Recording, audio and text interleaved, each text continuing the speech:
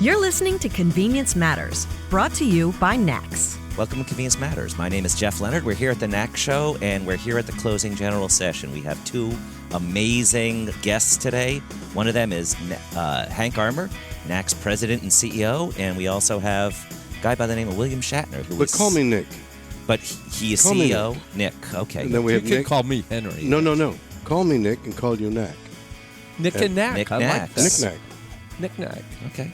Well, Which no is wonder what you get get at the the big convenience bucks. store. Yeah, Nick Knacks. and of course, Nick is CEO of the Shatnerverse. Hard to follow him Yes, I sometimes. just did. It's very Cerebral. Or is it anal? could be too. Could be. My mother might listen to this. So Well, you said you're encouraging. So I was going Don't down this encourage me. hallway, Captain Kirk, and it kind of reminded me of the back hallways on the Enterprise. Did it really? And I was looking How for the would you know convenience that? store. You're Well, living in a dream world. Doesn't of remind me course. of that at all. Isn't No, life a dream it's world? Oh, now you're into a different subject. Yeah, all right. So, anyway, along the hallways, I was looking for the convenience store on the Enterprise. What would it have looked like? That's a question I should ask you. I don't know. But I got to tell you that convenience stores, I've always sort of thought, neat convenience store. 7-Eleven, is that a convenience store? Some say it is. Who? The people at 7-Eleven. Certainly. But people at NAC don't. Oh, of course we do. But that's only one little No, piece but of it. but yes, I understand. But that's the piece that, like, there's a 7-Eleven store on a corner near my house. Right. And I don't go into it really at all. I don't drink the coffee. And rarely do I need something in the middle of the night, which is what that is. It's great if you need aspirin or whatever in the middle of the night. But the convenience stores we're talking about are huge and large and really convenient for life. It isn't just convenience of getting some soap, but it's a convenience that it's a store that you could go in and not have to go to another store and when you come out. All sorts of things. And the definition of convenience is really changing quickly. That's what I because mean. Online, you can order things, From get a them convenience store? delivered. Really? Well, in just an hour or two. But the real difference in convenience today, I think, is the immediacy. You want your cup of tea now, not an hour from now, and the human interaction. You talked a little bit about it this morning on stage. I think you said cherishing people. It is this human interaction in a smallish So wait a store. minute. So does that mean, because there is, I won't specify the store's names, Sure. although I already have, so maybe I'm referring. But there are some of those little convenience stores that are so cold. In instances, it seems to me that the person behind the desk, Counter, yeah. behind the cashier, is in a fearful mode. It's almost as though they're afraid of anybody who comes in. If you come in during the day, it's fine. Cops go in all the time. But in the middle of the night, it certainly is a place that has an aura of danger about it because of people who might find it convenient for other reasons. And so dealing with people in the convenience store that I know of, there is very much a removal, almost a coldness. Is there any way of overcoming that? Oh, I think we have overcome it hugely. We've just partnered this summer with the Blue Campaign, which is all about human trafficking, and also the Safe Place organization, because at night we actually are one of the very few places that people in danger can come to. Well, that's another whole subject that I commented on when I went on stage about how aware I was Right. of the place that convenience stores, the role that convenience stores played in the hurricanes and in the floods. Absolutely, but And that's- spend a moment on Sure. on the interchange between somebody who's working for the convenience store and somebody who wants to use its conveniences. So our stores, many of our stores are small stores. They have small store teams. Maybe in a 24-hour period, 10 to 12 people work in that store on 3 different 8-hour shifts. Uh-huh. If that store isn't on a freeway, if it's in a neighborhood, 80% of the people that come into that store every day are the same people. Right. And it's the same people, the same 10 or 12 that are serving the same 1,000 people coming in. So there is this recognition that is part of the community. They're going to look up to see you and say, Captain, how are you today? I understand that. It's the other 20% we're talking about. And should we be mentioning this? Sure. Are we okay to talk about this, or is this like a dirty Well, no, mystery? it's all about perceptions. TJ Hooker, there's bad guys that come out, and you got to solve that in 42 minutes. So how do you solve the problem of a woman needing something immediately in the middle of the night, goes down to a convenience store that's open 24 hours a day, Yep. and having played a cop for 5 years and entered into that world for a long time, there are some bad guys out there who think of the convenience store as a beacon to make a quick grab. How do you solve the aura of making it safe for somebody who is innocent to go in? Probably starting, Jeff, in the late 80s, NACS developed, originally it was a robbery deterrent toolkit to fight the actual facts that you're raising. Well, And you used the word fight, so what do you mean by that? By what I mean by that is to reduce the temptation, the exposure. Bright lights. Don't put signs in the window. If you want to promote Coca-Cola 2 liters for 99 cents, don't cover your windows with that. Oh. Because you want people who are coming by to see into the store, because then the bad guys they're not like you who like to be on stage. They don't like to be on stage when everybody can look into the stores. So bright lights, clean, a little bit like Giuliani in New York on his graffiti deal, is broken windows. You broken windows, dirty stores. You start cleaning things up. You start making it bright. You start making it a beacon of safety as opposed to a beacon of danger, and that has changed remarkably. Per customer, there are more robberies at banks than there are in convenience stores today, right? But it's very much of a change of perspective and a change of involvement in the community. We have police, as you know, you played one. One of the big things we do and our members do in their operations is to invite the police to come in the middle of their shift at 2 a.m., have a cup of coffee, free coffee, drive by. And so the relationship in the community is how you do that. The second thing is the volume of business that we're doing now. Last year, Jeff, we did $600 billion. It's unbelievable. Right? More than the grocery store industry. When you can raise the sales volume of the store in every hour during the day, you have more people in the store. So that woman you referred to, she's not going down to an empty store.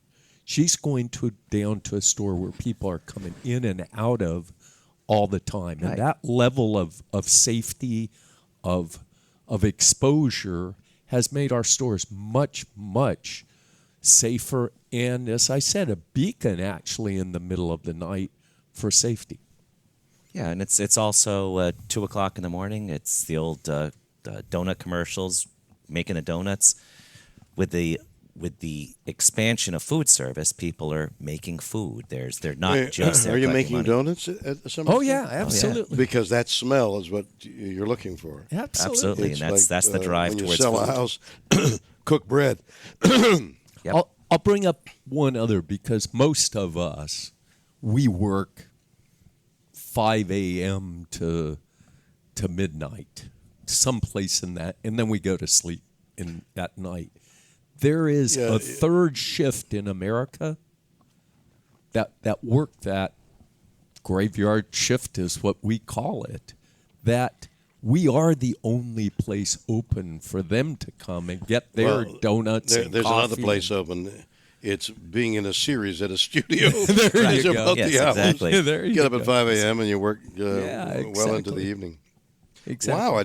So wait a minute. That's you, the owner, 5 a.m. to 12. Well, I'm talking about us. Yeah. You know, No, the but you're not going to execs get and- somebody working behind the desk. Oh no, not for that hour. I'm talking about That's what he makes us work at NACS. Exactly. Right. That's why. That's how you made your fortune, by hard work. I Just mean, like you. that's right. That schedule you went through. My wife leaned over and said, "Man, that looks like your schedule yesterday in the Hunter Club. That's right. 30-minute meetings, right. 17 of them in a row." Exactly. Hard work, which is an interesting comment on America, isn't it? It encapsulates the American dream. And Canadian dream. Well, Montreal and all those border cities are so, what is it, 1 degree above the border? They're Canadianized, but there's also a great deal of American influence there, as anybody who's lived in Canada knows that a lot of Canadians tune into the American stations and serviced by a lot of American stuff. So it is certainly Canadian and American ideals of hard work will garner you good things. It doesn't always work out that way. That's right. But in the most, it does, I think. Well, also, you are in our business. You work for Priceline, and that's involved with finding the best price for a variety of items, including gas. So you're So you in guys our are pumping channel. gas now. We sell 82% of all the motor fuels in the United States. And your prices are good? Well, 82% of the people in the United States think they are. Yeah, but that doesn't necessarily mean anything. I can't believe driving down Ventura Boulevard in Los Angeles, Right. the discrepancy Sure. between gas prices. Sure. You could go 2 blocks and have almost $1 difference in the price of a gallon of gas. If you pump 20 gallons of gas, you could be saving $20 every time you fill up. Right. If you look at the price. And I've seen people drive into a station near my house. It is $1 more than a couple of blocks elsewhere, and I'm thinking, how could this company be making money on selling gasoline when, that's a lot of money. If you fill up twice a week, if you drive a lot, Right. $40 a week Yep. times 50, you're saving $2,000 a year. Well, it sounds like we had a very good discussion about the value of Priceline. You're exactly right. Isn't If he you good? He looked up- brings us back to that. He brings us back. When I first joined Priceline, I got a lot of stock, and it was the .com bubble. Went up hundreds, maybe 1,000 times what I was given the stock for. Then it fell down to below the price of the 25 cents or whatever it was. When the .com bubble burst, everybody, because I was locked up and couldn't sell it when it was 1,000 times high. And when it reached whatever it was, 25 cents, 15 cents, the lowest of the .com bubble thing, I sold my stock like everybody else did. The thing I didn't totally comprehend, nor did anybody else that I know, was that Priceline really works. Priceline offers you and shows you on the app exactly what you're paying and where it might be better to go someplace else. They started, as you know, Priceline, to get into gasoline and hamburgers, by the way. Did you know they were into the food, convenient food stuff? And it just didn't work out. It should have worked out. They had a great plan that I was privy to, and they were going to go for it. In fact, I think I made some commercials apropos of it, but it never quite went, and I don't know why. But in any case, you're right. You're back to the Priceline model of where's the best deal. And gasoline has several apps of where is the best deal. I don't understand why people don't use it. Well, with that kind of saving. It's a combination of price and convenience, and it just fits in there. And I think some of the stations you're also talking about where really it's difficult to give a perfect explanation because they're not convenience stores. No, I tell you what they the are explanation is. I'll tell you what the explanation is. It's stupidity. Some stupid idiot is buying gas at $1 more than they should be paying. It hasn't got anything to do with convenience or meeting your buddies at a. It's absolute stupidity. Why are you paying more than you have to? Oh, well, I don't know that. I didn't look at the price. I was talking to my girlfriend. So those are the two big issues that we probably face in terms of talking to stupidity people. And No. More related to what is the safety level of stores, and also what is a fair price, a good price for products, whether it's gas or whatever. So having discussions like this is pretty good. But there also are all those other elements that we've talked about: the food, the charity, all those other things. We never mentioned charity.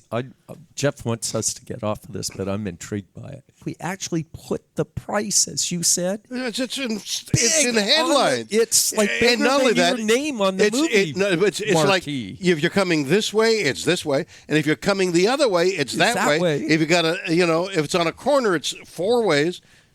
Pretty transparent. And in neon, you pass by gas, and you can just see 2 stations with their gas. I mean, sometimes they're right across the street from each other, and there's a difference in price. There's more transparency in pricing. I don't understand it. So buyer beware. But you guys know it's stupidity. Well, it's not stupidity. Yes, it is stupidity, but it's also unawareness, right? You have to make the customer aware that there is a variance in price in everything. So you're violating the Prime Directive right now. Yes, I'm interfering where I shouldn't be interfering at all. Right. Very good. You're supposed to leave our simple civilizations without... why don't you guys have a campaign to eradicate the stupidity of the customer, and we can label it unawareness. You stupid people, you're unaware that there exists a place where you can get the same thing you would buy over there. Over here is much... My wife used to laugh at her mother in Indianapolis, who would drive miles to get a couple of pennies less a gallon, use up the more gasoline than to get the less. So you're all nodding your head saying, yeah, that exists. I'm talking about $1. I've seen $1. That's worth going a couple of miles, let alone around the block. We've done all we can. You haven't. We put signs all over the place. Yeah, no, that's right, signs. You got to go beyond signs.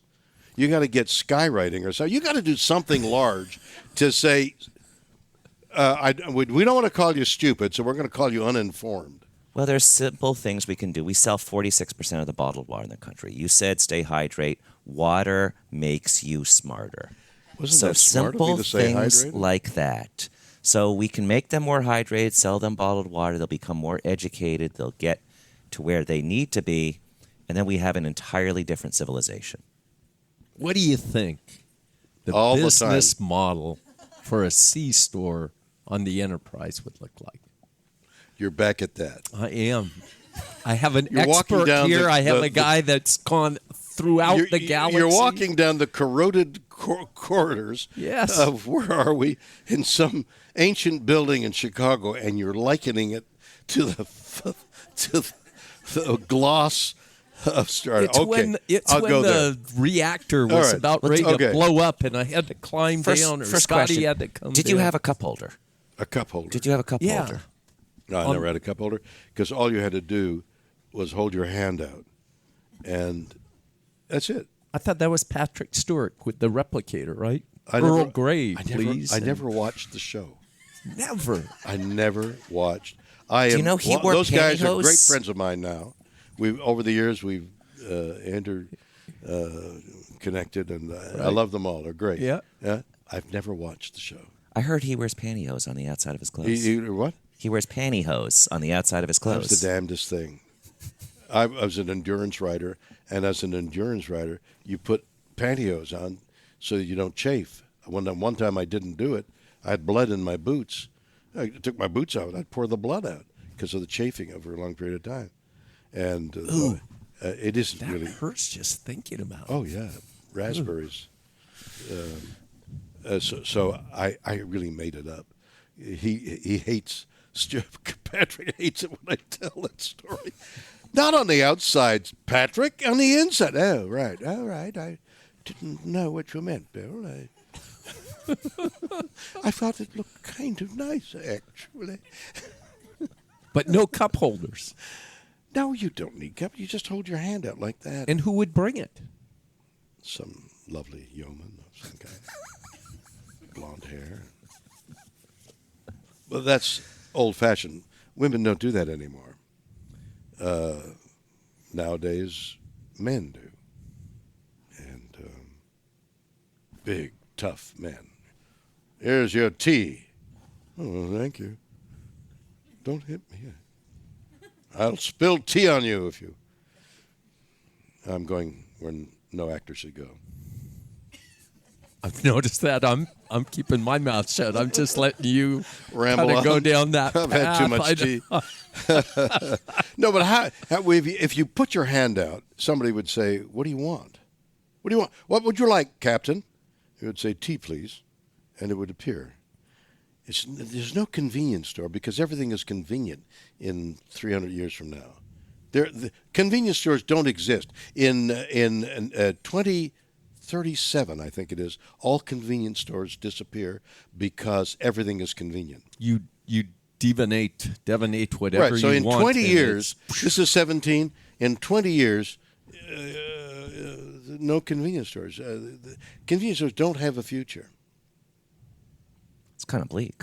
It is. So No, where no, are no. we going to get our propulsion pebbles to guide our... It comes in on a hover How's the hover get fuel? from a convenience store. Wait a minute. This is very circular. It is. So we do have a future. but I But don't mean, disagree convenience- with wait a you. minute. Let me pursue that a little more. All right. A little more seriously. Have we paid him yet? Convenience. I don't know. Convenience is a changing thing. Okay? What was convenient in 1817 is different from convenient in 1917 to 2017, right? Absolutely. I mean, you needed hay and feed Right. in one time. You needed oats and bicycle pumps in another. Right. And now you need whatever you're selling. And in 100 years, You're going to need something else. you're going to need something else. Uranium. Radioactive stuff. No, you'll need batteries. So We're in that supply chain. exactly. So what I really mean is not that convenience stores will disappear, but that convenience stores will change along with the changing tastes of humanity. You will stay abreast, excuse the word, of what people need and want, and let that be part of the store and part of the advertising. You tell us what you want, we will get it for you. I just heard the voiceover for a really cool video. Were you going to have him do a voiceover? I don't do voiceovers. I do complete Original. or Expression. presentations, right? That's right. Before we go there, I just want to... You have a show that was on NBC last year called Better Late Than Never. Yes. So we went to. But first, there were 4 people on that show. Yes, 3 of them have been speakers at the NACS show. Guess who hasn't spoken at the NACS show? the tall, thin, young. Not him. He's spoken. No. I'm sorry for those. Terry Bradshaw, George Foreman, Henry Winkler, William Shatner. Right. One of them has not spoken at the NACS show. George Foreman. No, he did. He did. He did. My He buddy came George. out with boxing gloves on, and he was Exactly. going to beat down our chairman. Who was like a little 5-foot guy. Dan Abraham. Did he speak, though? Did George Absolutely. speak? Absolutely, You yeah. know, he's a great motivational speaker. He's fantastic. I saw him in... He recommended you, actually. So the other one was the guy, I guess, in one of those episodes that they do a lot of blurring when he ran across the screen. Terry Bradshaw also spoke at our show. Was he dressed? He likes to go naked a lot. That's He what had we- pantyhose on, I think. Yes, he did. That morning. Actually, in one of the sequences, he's wearing flesh-colored pantyhose. So we Not just need pantyhose. we just need the short- fawns. Briefs. What? We just need the fawns on. That's all we need, and we got the all four of you. If I telephone him right now, he'll be here. He's probably nearby, hovering, ready to take the gig. So, is the Get next 'em. season filmed? I mean, can we Second visit season, convenience stores? We were in Europe. We were in Spain for the Better Late Than Never. In Spain, Madrid, and Barcelona. We were in Lithuania, in Vilnius. We were in Sweden and Stockholm, and we were in Germany, in Berlin, and whatchamacallit, and in Morocco. And every one of those cities has convenience stores, and you must have stopped at them. Or And you all of them should. are actually NACS members in every one of those cities. So there is an episode there. Bring the team back together Let's do one of those. The future of convenience before they go away. before they go away. No, as Exactly. we established, they're not going away. But as they change gradually, see, what I need, for example, I used to need shorts. Something convenient. Now I need aspirin. Now I need something to take away the ache. We have that. We have that. We have I lots of know you do. I know. So I'm saying it's convenient for me to go. Yeah, they would all. But George Foreman, I saw He's great. give a motivational speech to a group of young boxers in Morocco who didn't speak English, so they were interpreting for him. It was great. It was fantastic, actually, because he's monolithic, really, in many ways. Oh, yeah. He's gigantic, and he's wise. He's like Buddha. He's gentle for a big guy. I got in the ring talk with him. Did I tell you I got in the ring with him? No. I boxed him. Yeah, we saw that. He knocked me out. Did he? Yeah. That's the problem. I get that this explains ringing a in lot, my ears actually. every so often. Just this thunderous noise in my head. I'm so sorry. We have aspirin if you need that. And water.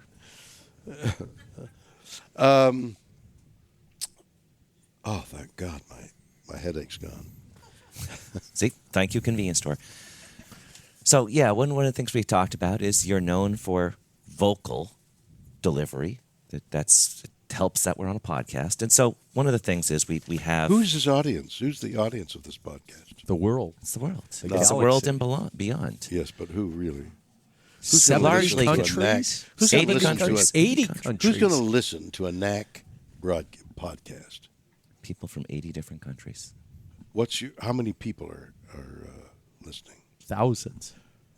Thousands. Not millions. We're not the Kardashians. We're not the Kardashians. Thousands. And Nor should But we if be. I were to say Hollywood Charity Horse Show, go to horseshow.org for a charitable contribution, would 10 people hear me? Well, a lot of people hear you. If I That's said your- horseshow.org? Say it slower. Yeah. You mean if Maybe I said spell it? horseshow.org, 1,000 people would hear me? Yes. Okay. Well, then Let's say it they again. should go to horseshow.org and There you go. see about a wonderful charitable thing that I run. Which is important to convenience stores, as you mentioned. Yeah. We're very charitable. You guys are into charity. That's... 15 million. You saw that. Well, You that was even said that. contributions for the flood victims. Do you have a program of The NACS Foundation. We and what do you sponsor do? scholarships, so we handed out $50,000 worth of scholarships Wait for a minute. employees. $50,000 We is have- a negligible sum. That's a terrible thing. You should be doing more. I mean, you got what? How many hundred stores? How many hundreds of stores? 155,000. No. You have 600. 155,000. Yeah. What? 155,000 Stores. stores. And you gave $50,000 for scholarship? Well, you the stores guys, did. come on. The stores did. You got to extend yourself. We got to charge $2 a gallon more to do that. No, right. you don't have to do that. Just to nibble off your profit and give more to scholarship. Education. People who are educated know that they should go to a convenience store and get less money. It's people who don't have an education are thinking, well, I'll just pay. They don't have to. You have to educate them. Okay, here's a different number. Improve the scholarship amount. $1 we million since we started in scholarships. How's that? That's good. And Okay, I'll go along. That's a difference between the snapshot and the movie. The snapshot was 50. The movie is $1 million over the period of time that the foundation. That's a and tortured simile there. we'll throw 3 more zeros on that. In a given year, our industry gives $1,990,000,000. Now you're talking my kind of money. There you go. That could do something, couldn't it? That could do a lot of good. Didn't we do. have we thought actually something about horses in convenience stores, didn't we? A few years ago, ponies. Well, why couldn't you have a convenience Sight store assisted. Yes. in a equine community? Why wouldn't that work? We And you'd actually sell have feed places where and- we have tie-ups outside the stores for horses. Well, that's fantastic. And then you would have at that particular store some Horse feed. Horsefeed.com. What's it called? Horseshow.org. .org. Horseshow.org.